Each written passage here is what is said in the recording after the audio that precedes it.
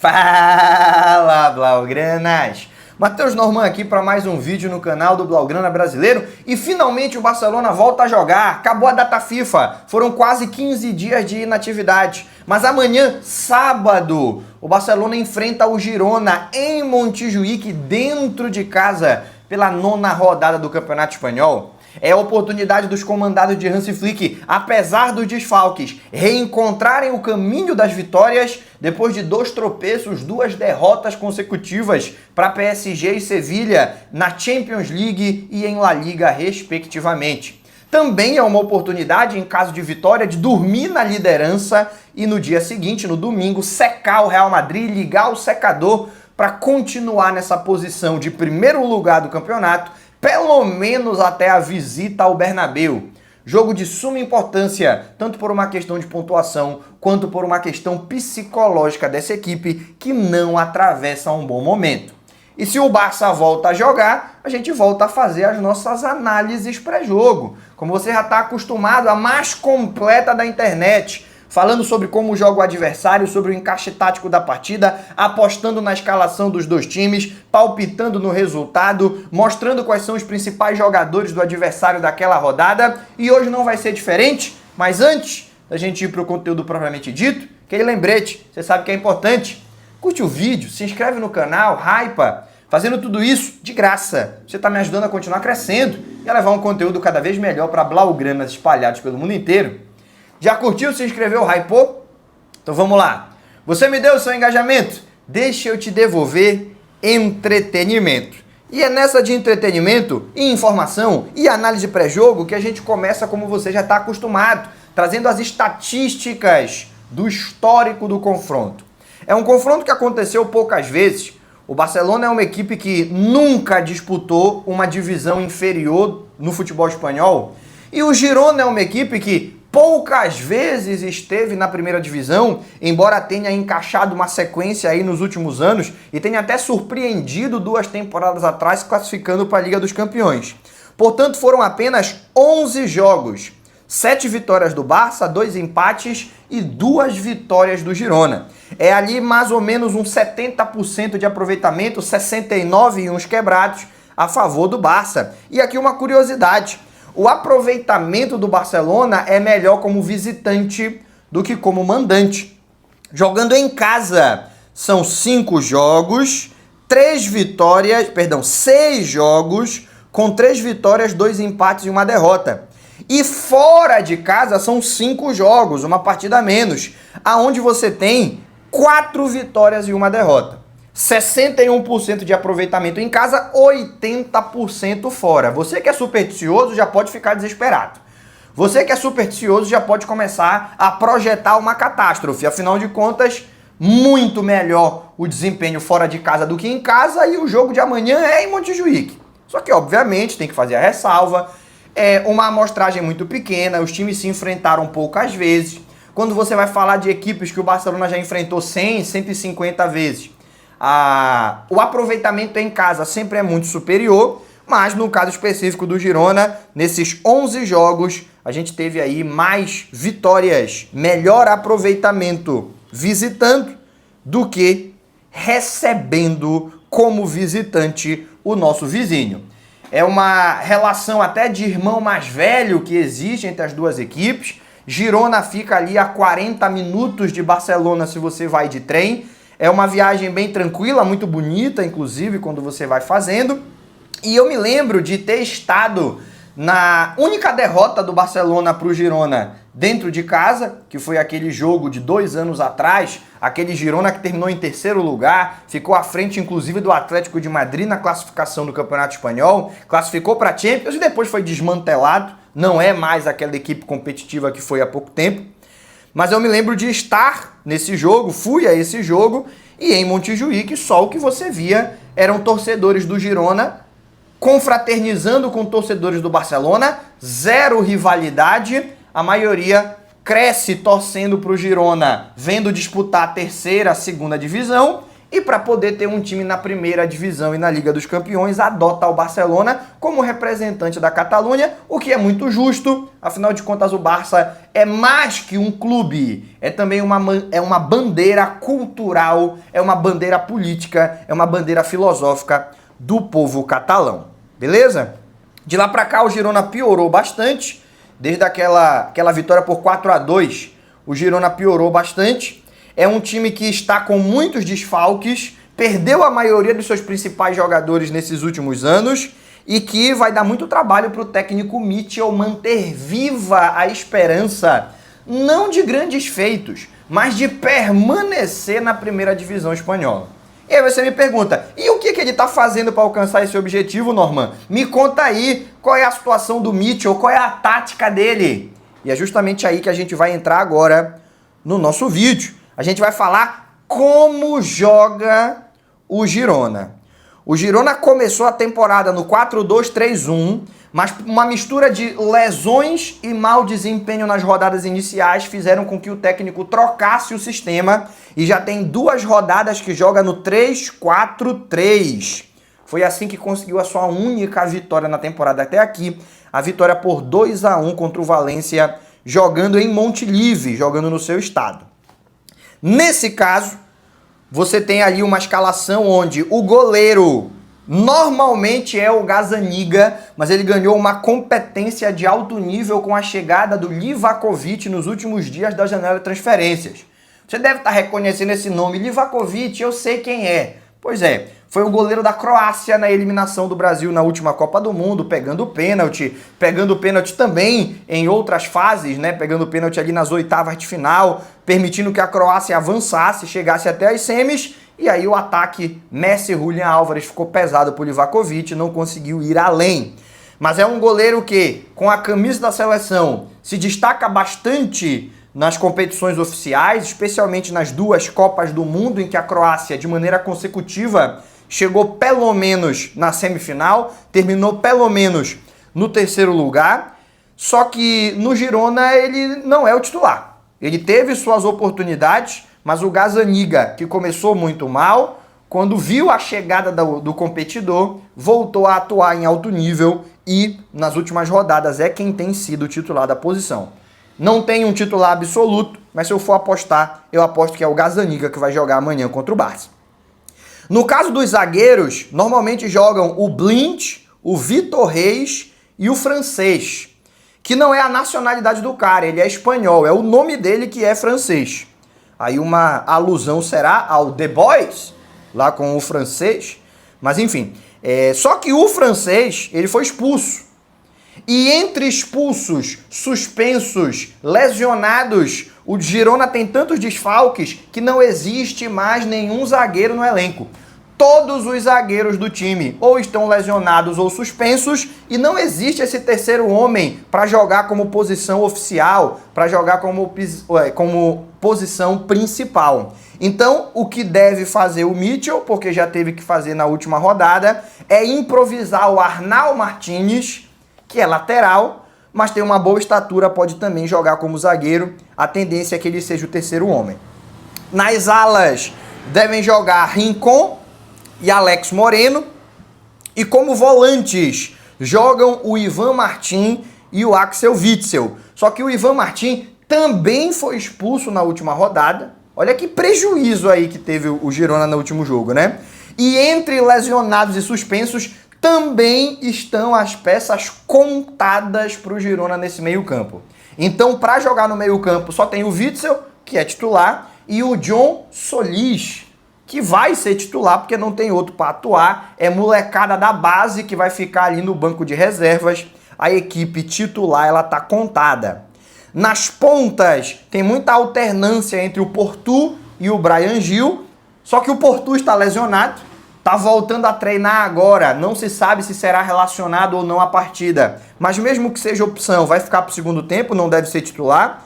Aí deve vir o Bryan Gil, para jogar na ponta. E o outro, esse sim titular absoluto, é o Asprilla, mas também tá voltando de lesão. É dúvida se será relacionado ou não para a partida, e se for relacionado não vai jogar 90 minutos, não deve sair no time titular, fazendo com que ele seja substituído pelo Joel Roca, que estava no Mundial Sub-20 pela seleção espanhola. Como a seleção espanhola foi eliminada mais cedo, ele já voltou, já se reincorporou aos treinamentos da equipe do Girona. Será uma opção ali para o Mitchell, fazendo com que do meio para trás não tenha reserva. E no ataque, se tiver reserva, são sempre jogadores que acabam de voltar de lesão e que não poderão entregar 100% do seu desempenho.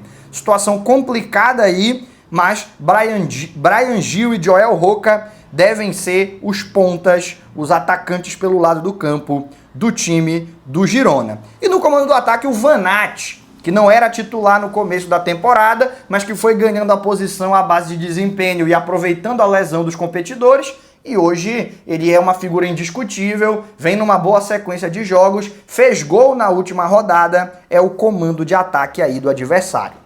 Então, meus amigos, é um time totalmente desfigurado, não só em relação à temporada passada, não só em relação a 2 anos atrás. O time mudou muito de quando terminou em terceiro lugar para a temporada passada e mudou muito da temporada passada para essa, mas é um time também desfigurado quando a gente leva em consideração o que era para essa equipe ser. O time que foi montado para jogar essa temporada não é o time que vai enfrentar o Barcelona amanhã. É um remendo de uma equipe marcada por suspensões e lesões. Então, meus amigos, esses 8 lesionados pré-data FIFA, os 8 lesionados que você tinha ali no momento em que o Girona termina a partida contra o Valência, se somam aos 2 suspensos, são 10 desfalques e alguns jogadores que não são considerados 100% desfalques, mas que estão voltando de lesão e não poderão ser maximamente aproveitados. É um time desmantelado, que aumenta a responsabilidade do Barcelona de sair vencedor. O time do Mitchell tem pouquíssimas ferramentas, mas ainda tem alguma, né? O que ele pode fazer? Como que ele pode mexer? Acabamos de explicar. Mas quais são os jogadores mais perigosos? Quais são as armas que o Barcelona tem que ficar mais atento? É nessa seção do vídeo que a gente entra agora, quando a gente vai falar o top 3 dos caras. Momento da nossa análise pré-jogo, em que a gente elenca os 3 jogadores que serão mais importantes para o adversário no confronto contra o Barcelona, nem sempre os melhores, mas analisando o contexto da partida, os 3 que serão mais importantes, e que no caso do Girona a gente abre a lista, a gente vem trazer para você o terceiro lugar, sendo o Vladislav Van Aert, atacante ucraniano, não é um grande artilheiro, não é muito técnico, não tem características ofensivas muito chamativas, mas o tanto que ele se sacrifica, o tanto que ele corre, o tanto que ele se entrega, o tanto que ele deixa o suor dentro de campo, ele faz o que é necessário, que o treinador pede para poder contribuir para o desempenho coletivo da sua equipe. É o tipo de atacante que todo time gosta de ter, principalmente essas equipes da parte de baixo da tabela. Você não vai conseguir ter o artilheiro do campeonato brigando para não cair. Isso é muito raro, raríssimo, acontece de vez em quando. Mas não é o caso de planejar ter esse cara. O ideal é que você tenha um jogador mais de sacrifício tático, mais de jogo coletivo, e ao mesmo tempo ele vem numa boa fase, vem conseguindo fazer os seus golzinhos. Então, no jogo contra o Barcelona, ele vai ser uma figura muito falada, tanto por pressionar os zagueiros, acompanhar os volantes, atrapalhar a saída de bola do Barcelona, quanto por ser o homem referência no momento de finalizar os contra-ataques. Pela importância que ele terá dentro da partida e pelo nível recente que vem demonstrando, ele aparece aqui no top 3 dos caras, no terceiro lugar. Em segundo lugar, Daley Blind. Esse daí que já foi titular da Holanda em Copa do Mundo, já foi titular do Manchester United em Premier League, veio para o Girona meio que naquele momento de reta final de carreira, já não tem como render nos maiores clubes, vai ali morar numa cidade bacana, ganhar um dinheirinho ali na reta final, só que acabou sendo um dos grandes líderes defensivos da equipe, justamente na temporada mais magnífica que eles viveram, que foi a temporada de classificação para a Liga dos Campeões. Jogou naquela época, inclusive, com o Eric Garcia que era uma das referências emprestado pelo Barça ao Girona naquela temporada. O Blind, ele fica muito marcado pela boa saída de bola, ele não é muito eficiente defendendo, principalmente no jogo aéreo, mas na saída de bola ele é excepcional e tem o quesito liderança, né? E vai ter do seu lado o Vitor Reis, um jovem talentoso, mas que ainda precisa evoluir muito, amadurecer bastante no quesito zagueiro, e o Arnau Martínez, que nem zagueiro é lateral, vai jogar improvisado por conta dos desfalques. Vai ser muito importante na construção e vocalizando orientações aos seus companheiros. Se o Blind não falar, os companheiros vão se perder e o Girona vai cair. Pela importância tática, pela qualidade técnica, tá aqui em segundo lugar no nosso top 3 dos caras. E em primeiro lugar, geralmente, quando uma equipe que está brigando contra o rebaixamento vai enfrentar uma equipe que está jogando pelo título, é normal que o homem mais importante em campo seja o goleiro do time pequeno. Se ele tiver numa noite extremamente inspirada, ele permite aos seus companheiros de linha sonharem com um ponto, ou pelo menos com não ser goleados. Mas se ele tiver num dia ruim, a tendência é que não haja competitividade, é que o time acabe ainda no primeiro tempo entregando o resultado e saindo completamente da capacidade de disputar aquela partida. Então, a importância dele por si só já faria ele aparecer no top 3. Mas como ele costuma crescer em jogo grande, como ele costuma ter bons desempenhos contra grandes adversários, e apesar de ter começado a temporada muito mal, vem se reencontrando nas últimas partidas, ele vai estar em primeiro lugar. É o Gazzaniga, goleiro do Girona, que de anos anteriores a gente conhece e sabe o quanto ele pode frustrar um atacante com as suas defesas, principalmente baseadas em reflexo. Tem muita agilidade o Gazzaniga, pensa muito rápido ele quando está na frente de um atacante. E para o Girona poder, lá na zona de rebaixamento, olhar para o Barcelona brigando por liderança e pensar que dá para tirar alguma coisa desse jogo, ele vai ter que ser o homem da partida. Ele vai ter que ser o melhor em campo. Ele vai ter que fazer defesas cruciais. Afinal de contas, já falamos anteriormente, o Girona não é um time que defende bem, o Mitchell não é um time que sabe montar, o Mitchell não é um técnico que sabe montar times com defesas muito fechadas. O Barça terá grandes oportunidades, caberá ao goleiro argentino impedir que elas virem número no placar. Pelo nível, pela importância dentro do jogo, Gazzaniga é o primeiro lugar no top 3 dos caras dessa nossa análise pré-jogo de hoje. Beleza? Mas tá bom de falar do Girona, né? Bora falar do Barcelona? O torcedor do Barça também tem muitas dúvidas sobre qual será a sua escalação. Falamos aqui bastante de desfalques do Girona, mas o que o Barça mais tem para chamar de seu nesse momento são desfalques também. Entre jogadores que estão voltando de lesão e não poderão ser titulares, e jogadores que estão lesionados e nem serão relacionados para a partida, o Barça tem ali 10 nomes. Alguns de longa data e outros que vieram se acumulando recentemente. Então, a nossa aposta da escalação vai acabar sendo muito condicionada pelas opções que o Flick tem e algumas inovações que setoristas do clube que acompanham os treinamentos disseram que ele testou e pode promover. Sem mais delongas, vamos lá? Quem são os 11 que nós acreditamos que vão para campo? No gol, Chesney. Na lateral, Koundé. Na zaga, Cubarsí e Eric Garcia. Na esquerda, Gerard Martin. No meio-campo, Pedri, De Jong e Dro. E no ataque, Yamal, Rashford e Baldé. Pô, Baldé é lateral, vai jogar no ataque, tá maluco? Isso daqui é um teste que o Flick veio fazendo ao longo da semana. Foi amplamente noticiado por setoristas.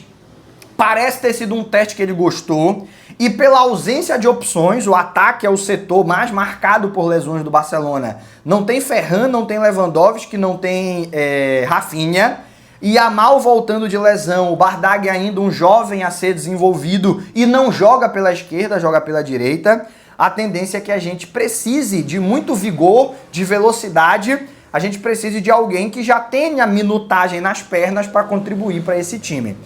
Portanto, a minha aposta é que o Rashford vai jogar no comando do ataque, o Yamal vem para ser titular, mas vai ser substituído no início do segundo tempo, e o Baldé, que foi testado, vai jogar ali pela ponta esquerda. Situação que ele já viveu em alguns momentos, desde a época do Xavi, com o Flick também, mas que agora vai ter oportunidade de ser titular. Quem sabe a gente não descobre o próximo grande ponta esquerda do futebol mundial por causa desses testes. Não é isso? No aspecto defensivo, o Gerard Martin deveria ser o titular por conta do adiantamento do Baldé. E aqui no meio-campo tem duas polêmicas. Uma é o Pedri, a outra é o Dro. Por que polêmica? Pedri polêmico? O Pedri é titular absoluto, sim. Mas muitos torcedores, e eu concordo, dizem que já estava na hora dele descansar. Porque nem pelo Barça, nem pela seleção espanhola ele está tendo trégua. Ele foi titular em todos os jogos da temporada que aconteceram até aqui por clube e seleção. Tá na hora do Pedri ter um descanso. Concordo. Mas eu não acho que esse vai ser o momento. Se o Barcelona tivesse Rafinha, Ferran, Lewandowski, tivesse completo o Yamal 100%, Fermin 100%, Fermin que já está com condições de ser relacionado, mas para ser titular parece que ainda não vai ser o caso, talvez fosse o momento de descansar o Pedri, pegando uma equipe mais frágil, time que está brigando contra o rebaixamento, faria sentido. Mas com tantos desfalques, quem é que a gente botaria no lugar do Pedri? O quão mais desconfigurado esse time ainda pode ficar e mesmo assim ser capaz de competir? A tendência é que contra o Olympiacos, Fermin, Yamal já possam jogar 90 minutos, o Ferran esteja de volta, o Rafinha possa entrar ali no segundo tempo. Você já vai ter muito mais elenco para suprir as necessidades e ali sim talvez seja o caso do Pedri descansar. Mas para essa partida contra o Girona eu tô achando difícil que isso aconteça, embora nada impeça do time abrir uma vantagem e o Pedri nem voltar para o segundo tempo, ou do Hansi Flick bancar o seu elenco e falar: não preciso do Pedri, posso ganhar com o Casador, posso ganhar com o Bernal, posso ganhar com o Tony, posso ganhar sem o meu, na minha opinião, melhor jogador e mais importante jogador do time, apesar de que o resto do time também está meio desmantelado por conta de lesões. Pode ser, mas a minha aposta não é essa. E no caso do Dro, eu aposto na titularidade dele, porque o Dani Olmo tá lesionado, o Fermin não tá 100%, o Rafinha que pode fazer aquela função também tá lesionado. E dentre a molecada da base, que poderia ser utilizada numa emergência, ele foi o que teve mais oportunidade, parece ser o que o Flick mais confia, a tendência é que ele repita o que já fez na partida contra a Real Sociedad. Entrar como titular, vamos esperar que ele mostre evolução. Contra a Real Sociedad ele não foi bem. Não tô querendo manchar a carreira do garoto, né? Quem é que estreia bem? Quem foi o Messi? O primeiro jogo dele não era o Messi. O Yamal no primeiro jogo dele não era o Yamal. Mesmo os mais precoces craques nas primeiras partidas têm dificuldade. O Dro teve dificuldade. É talentoso, mas contra a Real Sociedad eu acho que ele sentiu principalmente o nível físico. Todo mundo que chegava perto dele tomava a bola com facilidade. Ele precisava tocar a bola muito rápido e nem sempre para frente, geralmente um toque mais conservador, porque ele estava sendo engolido fisicamente pelos jogadores da Real Sociedad, que são homens formados, enquanto o Dro claramente ainda é um adolescente em formação, tentando ainda chegar no seu melhor nível físico. Então ele teve dificuldade contra a Real Sociedad, nada fora do esperado, tudo dentro do que se poderia imaginar que seria a sua estreia, e agora para uma segunda partida a gente pode esperar que ele tenha um nível um pouco maior. Resumindo, é um jogo que apesar dos desfalques o Barça segue sendo favorito, porque o adversário também está desfalcado e o Barcelona obviamente tem muito mais soluções, tanto no time titular quanto no elenco, para poder suprir as suas baixas. É o tipo de partida que não tem desculpa para tropeço, e se tropeçar o torcedor tem que ficar indignado. Não por conta especificamente da sequência, isso é um agravante. É a cereja no bolo de merda, que seria um terceiro tropeço consecutivo. Ter perdido pro PSG, pro Sevilla e ainda tropeçar contra o Girona, agrava. Mas digamos que tivesse ganhado os dois jogos, continuaria sendo um tropeço inaceitável essa partida contra o Girona, porque é um time desmantelado, que o treinador ainda não encontrou o sistema, que não consegue apresentar consistência dentro do seu jogo, defende mal, faz poucos gols, tá na zona de rebaixamento. Irmão, contra o Girona tem que ganhar. Precisa golear? Não, nós também temos nossos desfalques, mas ganhar é obrigação do Barça. O meu palpite é 3-0, gols de Rashford, Yamal e Eric Garcia. Vou ser polêmico, mas se você acompanha as partidas e não tem nada pessoal contra o Eric Garcia, você vai ter que concordar. O Eric está sendo o melhor defensor do Barça na atual temporada. No quesito talento, eu não acho que ele seja, mas no quesito desempenho, nesta temporada, ele está sendo o melhor e o mais consistente defensor do Barcelona. E ele é uma ameaça nas bolas paradas, ele é um defensor que faz muitos gols. Eu acredito que amanhã é dia dele fazer mais um, se somando a Yamal e Rashford na lista de artilheiros e garantindo um 3-0 para o Barça. Vitória essa que permitiria ao Barcelona dormir na liderança do campeonato e ficar secando o Real Madrid no domingo para chegar no Bernabéu líder e mentalmente, psicologicamente em um momento mais positivo. A gente sabe, são 38 rodadas, dá para perder o clássico e ainda bater campeão. Ganhar o clássico não significa ser campeão, mas normalmente, ainda que tenham outros 36 jogos na temporada, os clássicos definem muito quem vai ser o campeão naquele ano. Ganhar os clássicos é encaminhar o título, é ter que se esforçar muito para perder pro Mallorca, pro Girona, perder pro Betis e acabar não batendo o campeão, apesar de ter vencido os clássicos. Beleza?